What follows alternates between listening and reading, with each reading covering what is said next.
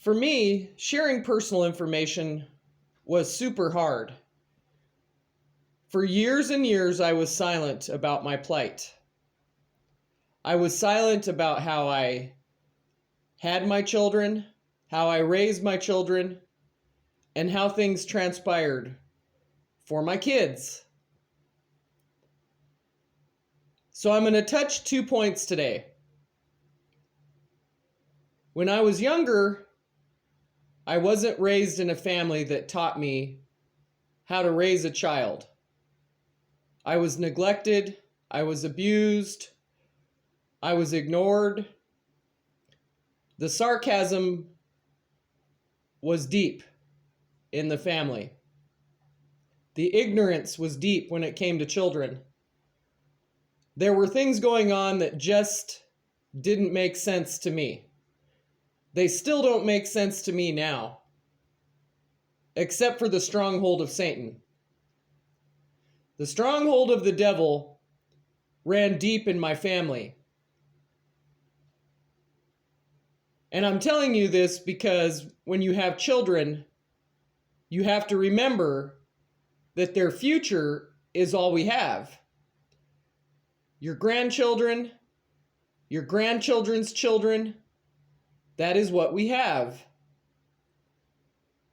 So back to the story of being raised. I remember the first day that we checked in where my dad was going to go to theological seminary. We stepped into a little flat. It was a 2-bedroom house next to the railroad tracks. There was a little girl next door, and she asked if I wanted to play.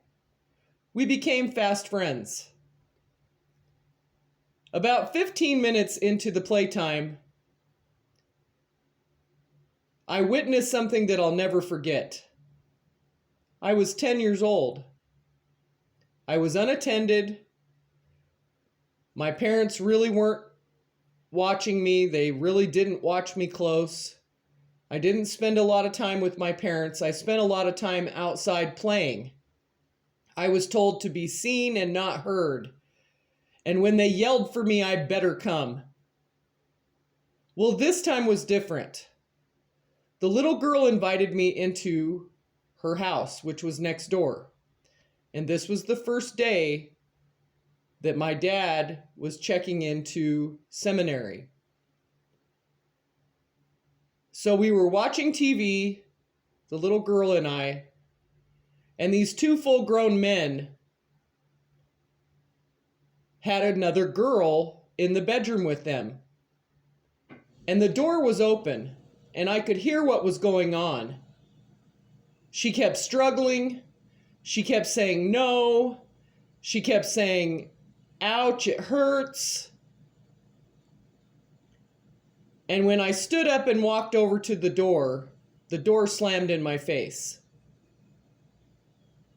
Because I had witnessed what was going on.